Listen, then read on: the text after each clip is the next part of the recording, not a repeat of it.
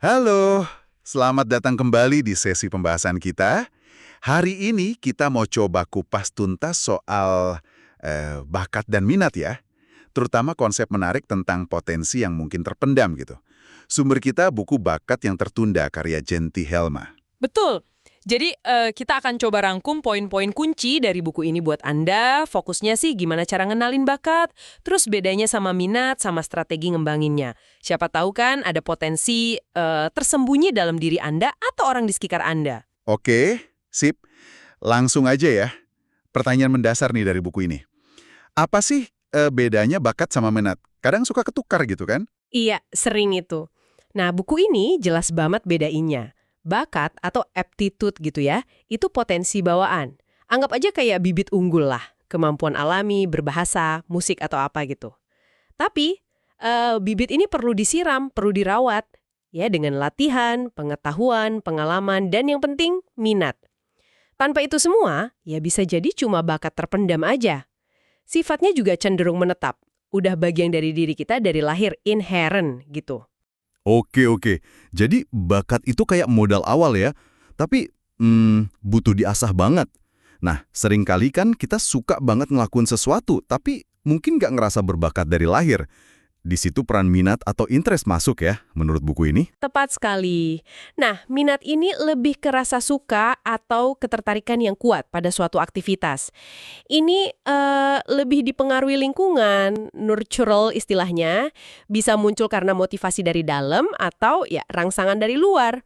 Beda sama bakat yang relatif permanen, minat ini bisa berubah-ubah, gampang naik turun. Yang perlu dicatat nih, punya bakat itu belum tentu ada minat yang kuat juga. Sebaliknya, minat yang menggebu-gebu nggak otomatis berarti ada bakat gede di situ. Keduanya bisa jalan sendiri-sendiri atau barengan. Paham. Ini pembedaan yang penting banget ya. Lalu, kalau udah ada potensi atau bibit bakat itu, gimana caranya biar gak cuma jadi bakat terpendam? Apa gitu kuncinya menurut buku ini? Ada beberapa faktor kunci yang disebutin. Pertama, ya keberanian buat nyoba, termasuk berani gagal juga. Berani gagal ya? Iya. Kedua, latihan yang tekun, nggak bisa instan kan. Ketiga, dukungan lingkungan. Ini bisa fasilitas, biaya, atau sekedar dorongan semangat dari orang sekitar. Dan terakhir, ya kemampuan buat ngenalin dan ngatasin hambatan. Nah, buku ini banyak pakai pengalaman pribadi penulisnya, Jenti Helma, buat ilustrasi. Wah, ini bagian yang menarik nih cerita penulisnya. Diceritain pas sekolah di asrama MT Paryangan itu ya. Dia ngatasin homesick dengan ikut banyak kegiatan ekstra. Salah satunya drum band. Ternyata ini jadi semacam penyaluran awal buat bakat seni sama olahraganya dia ya. Benar, drum band itu jadi wadah yang, wah, bagus banget. Selain belajar musik, kuasai alatnya, dia juga belajar kerja sama tim. Penting banget kan, drum band itu kerja kolektif. Betul. Terus ada aspek tampil di depan umum, itu kan membangun percaya diri. Belum lagi koordinasi motorik ya, main sambil baris itu kan butuh fokus. Plus pasti ada senengnya juga. Ini contoh nyata banget gimana lingkungan sekolah sama latihan rutin bisa ngasah potensi, yang awalnya mungkin nggak terlalu disadari gitu.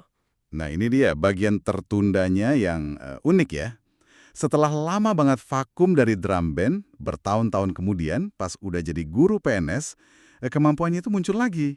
Diawali dari ngamatin pelatih lain di MTSN Situmbuk, terus dia kayak nekat gitu ya, ngelatih tim drum band di sekolah barunya MTSS Balimbing.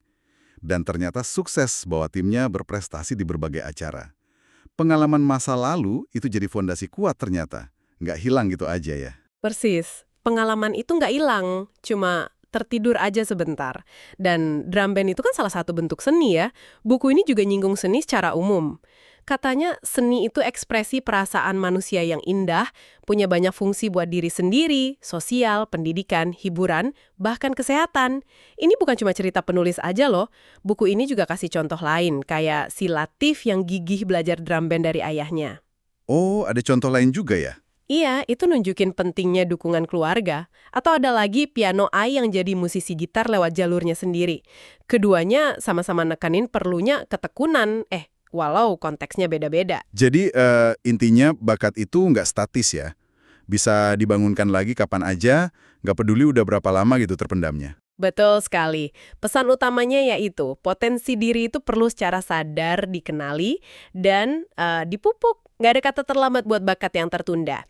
Ini ngebuka perspektif bahwa mungkin, ya mungkin aja ada sisi lain dari diri Anda yang belum tergali maksimal. Atau pernah ada tapi terlupakan karena kesibukan. Menarik sekali. Ini jadi bahan refleksi nih buat Anda yang lagi nyimak. Buku ini ngingetin kita ya, bakat itu nggak melulu soal kejeniusan alami dari kecil. Kadang ini soal kemauan kita buat kembali nyentuh minat atau kemampuan yang mungkin pernah kita punya dulu. Entah waktu sekolah, kuliah, atau kapan gitu. Iya, betul. Nah, sebagai pemikiran penutup mungkin ya, coba deh Anda renungkan sejenak. Ada nggak ya bakat tertunda dalam diri Anda? Mungkin hobi lama yang udah terabaikan. Atau keterampilan yang pernah dipelajari tapi nggak dilanjutin. Atau sekedar rasa penasaran yang belum sempat dieksplorasi lebih jauh. Siapa tahu, inilah saatnya buat ngasih kesempatan kedua. Terima kasih banyak sudah menyimak pembahasan kita kali ini. Sampai jumpa di sesi berikutnya ya.